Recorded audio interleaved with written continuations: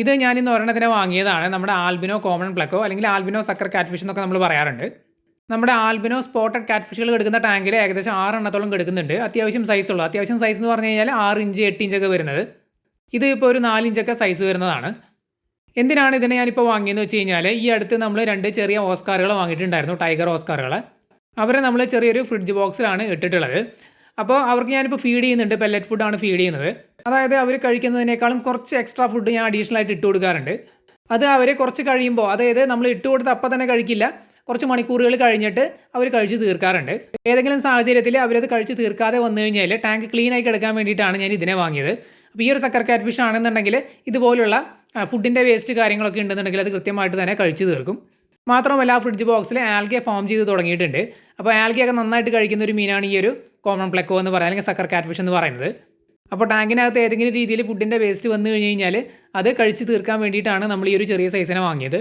ഇപ്പോൾ ടാങ്കിൻ്റെ അടിഭാഗത്ത് കിടക്കുന്ന ഫുഡിൻ്റെ വേസ്റ്റ് മാത്രമല്ല, ഫ്ലോട്ട് ചെയ്ത് കിടക്കുന്ന പല്ലറ്റുകളാണെങ്കിലും ഇവർ വന്ന് കഴിക്കാറുണ്ട്. അപ്പോൾ നമ്മുടെ ഓസ്കാറുകൾ എന്തായാലും ഫുഡ് കാര്യങ്ങളെല്ലാം നല്ല രീതിയിൽ കഴിച്ച് തുടങ്ങിയിട്ടുണ്ട്. അതുപോലെ തന്നെ നമ്മൾ പെല്ലറ്റ് ഇട്ട് കൊടുക്കുന്ന ആ ഒരു സമയത്ത് തന്നെ ഡയറക്റ്റായി വന്ന് കഴിക്കാനായിട്ട് തുടങ്ങിയിട്ടുണ്ട്. ഇപ്പോൾ ഈ ഫ്രിഡ്ജ് ബോക്സിൽ വെള്ളം ആൽഗെ അടിച്ച് തുടങ്ങിയിട്ടുണ്ട്. ഇപ്പോൾ നിങ്ങൾ പാട കെട്ടി കിടക്കുന്നത് കണ്ടില്ല. ഈ പാട എന്ന് പറയുന്നത് ആൽഗെ ഫോം ചെയ്ത് വരുന്നതിൻ്റെ ഫസ്റ്റ് സ്റ്റേജാണ്. ആദ്യം ഇതുപോലെ ഒരു യെല്ലോ കളറിലാണ് പാട വരിക. പിന്നെ വെള്ളത്തിൽ ആ ഒരു യെല്ലോ കളർ വന്നു തുടങ്ങും. പിന്നെ അത് ഗ്രീനിഷ് കളറിൽ മാറി പച്ച വെള്ളമായിട്ട് മാറും. കുറച്ച് പെല്ലറ്റ് ഫ്ലോട്ട് ചെയ്ത് കിടക്കുന്നത് കണ്ടില്ല. ഇത് ഞാൻ കുറച്ച് അഡീഷണൽ ആയിട്ട് ഇട്ട് കൊടുക്കുന്നതാണ്. കുറച്ച് കഴിഞ്ഞ് വന്നിട്ട് ഈ ഓസ്കാറുകൾ അത് മൊത്തം കഴിച്ച് തീർക്കാറുണ്ട്. പിന്നെ വന്ന് നോക്കുമ്പോൾ ഒന്നും ഇതുപോലെ ബാക്കി കിടക്കാറില്ല. ഇനി ഏതെങ്കിലും കാരണവശാൽ ഈ ഓസ്കാറുകൾ ഈ പെല്ലറ്റ് ഫുഡ് കഴിക്കാതെ പോവുകയാണെന്നുണ്ടെങ്കിൽ അത് കഴിച്ച് തീർക്കാൻ വേണ്ടിയിട്ടാണ് ഈ ഒരു സക്കർ കാറ്റ് ഫിഷിനെ നമ്മളിപ്പോൾ ഇറക്കി വിടുന്നത്.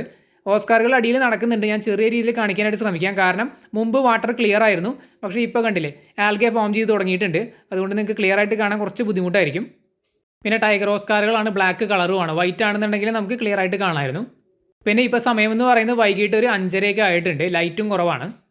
അപ്പോൾ എന്തായാലും ഈ ഒരു ആൽബിനോ സക്കർ കാറ്റ് ഫിഷിനെ നമുക്ക് ഇതിലേക്ക് ഇറക്കി വിടാം.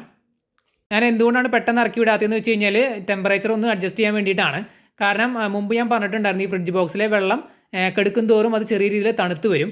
പിന്നെ അറ്റ്മോസ്ഫിയർ ചൂടായി കഴിഞ്ഞാലും ഇതിലെ വെള്ളം ആ ഒരു എന്താ പറയുക അന്തരീക്ഷത്തിലത്തെ ആ ഒരു ടെമ്പറേച്ചറുമായിട്ട് ഈക്വൽ ആവാറില്ല. അപ്പം മറ്റ് ടബുകളിലും ബക്കറ്റുകളിലൊക്കെ നമ്മൾ തൊട്ട് നോക്കുമ്പോൾ വെള്ളം കുറച്ച് വാമാണ്, എന്നാൽ ഇതിലത്തെ വെള്ളം അത്യാവശ്യം നന്നായിട്ട് തണുത്തിട്ടാണ് കിടക്കുന്നത്. അപ്പോൾ പെട്ടെന്ന് നമ്മൾ മീനുകൾ ഇതുപോലെ ഇറക്കി വിടുമ്പോൾ കുറച്ച് സൂക്ഷിക്കണം. ടെമ്പറേച്ചർ ഒന്ന് ലെവലാക്കിയതിന് ശേഷം മാത്രമേ നമ്മൾ ഇറക്കി വിടാവൂ. അപ്പോൾ ഈ ടാങ്കിനകത്തും ഞാൻ കുറച്ച് വേസ്റ്റ് കാര്യങ്ങളെല്ലാം അടിഭാഗത്ത് അടിഞ്ഞു കൂടുമ്പോൾ സൈഫൺ ഉപയോഗിച്ച് ക്ലീൻ ചെയ്യാറുണ്ട്. എന്നിട്ട് വെള്ളം ടോപ്പ് ചെയ്ത് കൊടുക്കാറുണ്ട്. അപ്പോൾ നാളെ ഏകദേശം അതിനുള്ള സമയമായിട്ടുണ്ട്. പിന്നെ നമ്മൾ ഇന്ന് അക്വേറിയങ്ങളിലേക്ക് കുറച്ച് ഏഞ്ചലുകളെയും വാങ്ങാൻ വേണ്ടിയിട്ടായിരുന്നു പോയത്. പക്ഷേ അത് ഔട്ട് ഓഫ് സ്റ്റോക്ക് ആയിരുന്നു.